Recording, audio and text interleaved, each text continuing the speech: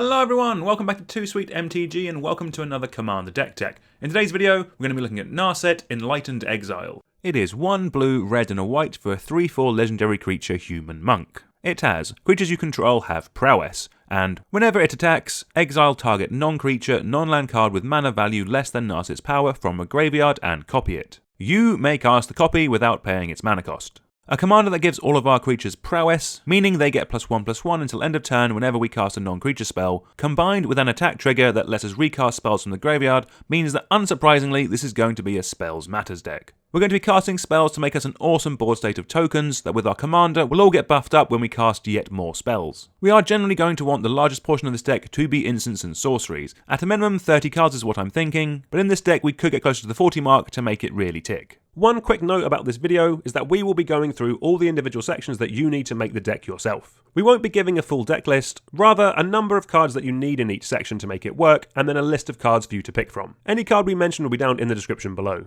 First, we need to talk about some Spells Matters token makers. These are cards that make us a creature token whenever we cast either an instant or sorcery, or any non-creature spell. These make us the board state that we'll be using to swing through at our opponents to win us the game. The best one available to us is probably Monastery Mentor. This makes a 1/1 monk with prowess whenever we cast a non-creature spell, while also having prowess itself. What's great about our commander is that if a creature already has prowess, Narset will still give it yet more prowess. So with the mentor and its tokens, whenever we cast a non-creature spell, they get +2/+2 for each one that we've cast. The next best I would say is Kykar Wind's Fury. This not only makes 1/1 spirits with flying whenever we cast a non-creature spell, but it also lets us sacrifice those spirits to make red mana. Having the ability to use those spirit tokens as a battery will be really helpful for when we want to have some explosive turns. Then we have a real swathe of other options to choose from all over the curve. We have cards like Third Path Iconoclast, Young Pyromancer, Chromos Seedshark and Poppet Stitcher, which are all really nice and cheap to cast. Then at 4 we have Talrand Sky Summoner and Murmuring Mystic, and then we have some more expensive options with Shark Typhoon and Ovika, Enigma, Goliath. This section really does tie everything together and will be the main section that's made up of non-instants and sorceries. Next up is our card draw section. This is going to be pretty massive actually. The idea is that we can keep casting cheap spells that draw us cards, we keep triggering our token makers to make us a board state,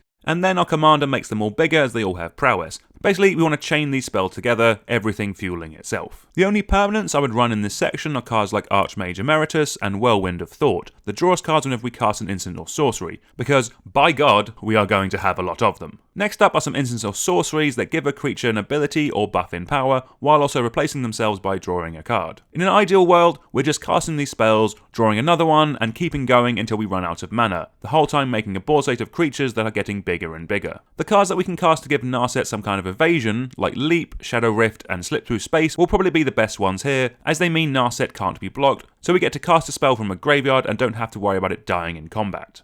Next we have some cheap spells that just continue to draw us through our deck. Cards like Opt, Preordain, Ponder, Serum Visions, and then the slightly more expensive Fact or Fiction are just great card selection while triggering everything that we've already played. Next we have some spells that replace themselves while also filling up our graveyard. Our commander does let us replay spells for free from the graveyard, so we really might as well take some use of this. As with Narset, our graveyard will become an extension of our hand. Cards like Consider, Mental Note, Thought Scour, Expressive Iteration, and Faithful Mending are just really good at drawing us cards while also filling up our bin. Next we have some bigger spells with Delve, with things like Dig Through Time and Treasure Cruise. These are just really powerful spells, and with all the cantrips that we're running, our graveyard will be stocked and ready to make these nice and cheap. Then lastly we have Transcendent Message, a draw spell with Convoke. With all the tokens that we're going to be making, this could draw us a bucket load of cards all in one go, perfect for when we need to dig for an answer or a win condition. Moving over to our ramp section now, and this is going to be pretty standard fare. First we have Stormkiln Artist. Making a treasure token whenever we cast an instant or sorcery spell is exactly what this deck is after. As you've seen, we have so many 1-drop cantrips that this will really let us churn through our deck. Next we have our standard mana rocks. Generally we want them to cost less than 2 mana to cast, and in this deck where we have a lot of pip intensive cards, we would want them to tap for a colour of mana as well. You have your things like your Arcane Signets and your Felwar Stones, and then we can go into the guild colours for things like our Talismans and our Signets. On top of these we have Chromatic Lantern. Yes, I know, 3 mana rocks are very out of fashion at the moment, but just turning all of our lands into command towers will make everything so much easier, especially if we're drawing multiple cards a turn. Okay, let's move over to our interaction section, and we have a bunch of really good options in these colours. First up, we have some spells that answer anything, with things like Chaos Warp and Generous Gift, while also being really solid budget options. Then we have some exile effects with Path to Exile, Swords to Plowshares, and Reality Shift. Fantastic at making sure something is just really gone. Then for board wipes, we also have plenty of good options, with cards like Winds of Abandon, Supreme Verdict, and Austere Command, which are just really good at keeping the board in check if our opponents ever get out of hand. Next up is a little bit of protection. This section will overlap with our interaction in this deck a fair bit. We obviously have some counterspells with cards like An Offer You Can't Refuse, Swan Song, and Negate, which is really good at stopping our opponents from mucking up our plans, either by countering some targeted removal or that pesky board wipe. Then we have Swiftfoot Boots, a great way of keeping our commander around. We're fine with the boots as it only has hexproof, so we can still target the creature it's equipped to, like our commander with some of our spells.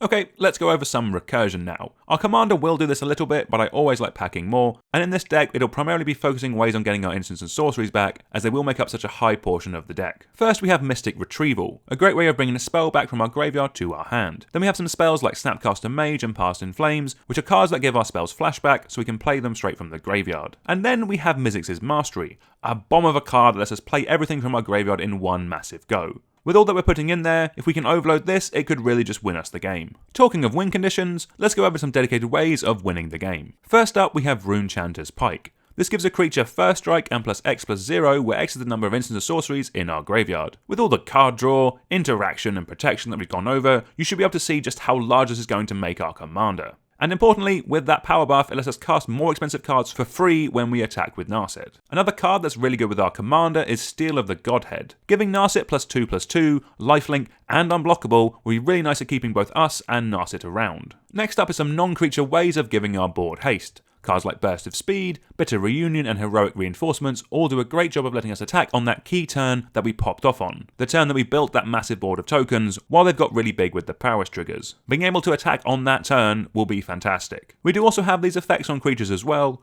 Goro does a good job at this, but Ardor's Cobbler of War and Ogre Battle Driver, giving all of our tokens haste, as well as buffing up the power when they come in, will be fantastic at just piling on that damage onto our opponents. To help that damage out, we have cards like Balmor Battle Mage Captain and Leonin Lightscribe, which make our whole board bigger whenever we cast an instant or sorcery. A card that does something similar and a little bit of everything else as well is Jeskai Ascendancy. Basically, this gives everything another copy of prowess, as well as giving us some nice card selection. Then we have some spells that can buff up our team as well. Unbreakable Formation can be protection when we need it to, but playing it on our main phase just to buff everything up and give everything vigilance will be fantastic. And then if we have any kind of board state, we will just win if we cast a Chroma's Will. It is basically the white overrun and is an extremely good card. For some more spells that can win us the game, we have cards that give us extra combat steps with things like Relentless Assault and Seize the Day, for when attacking just once isn't enough. To mix it up a bit, we have Icarius Vile Duplication, a sorcery that makes us a flying copy of our commander. Giving our whole board double prowess is going to be fantastic, and also as it's got flying is more likely to get through unblocked. To help with the making of the tokens, we have Veyran Voice of Duality and Mondrak Glory Dominus.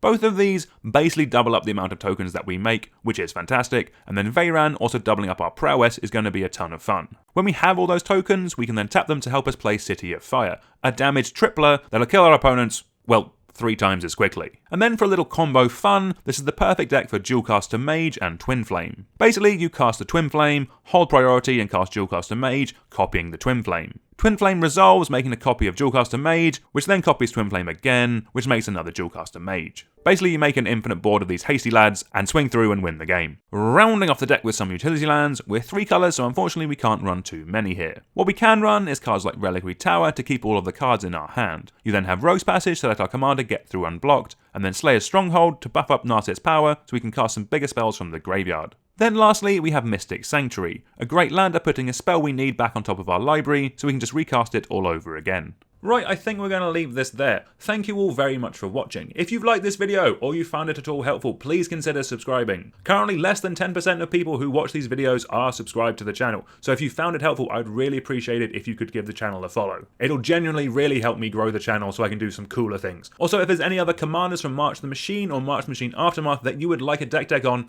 do put it down in the comments. I do check them out, I do get a lot of ideas from them, it does help. But until next time, I will see you all soon. Goodbye.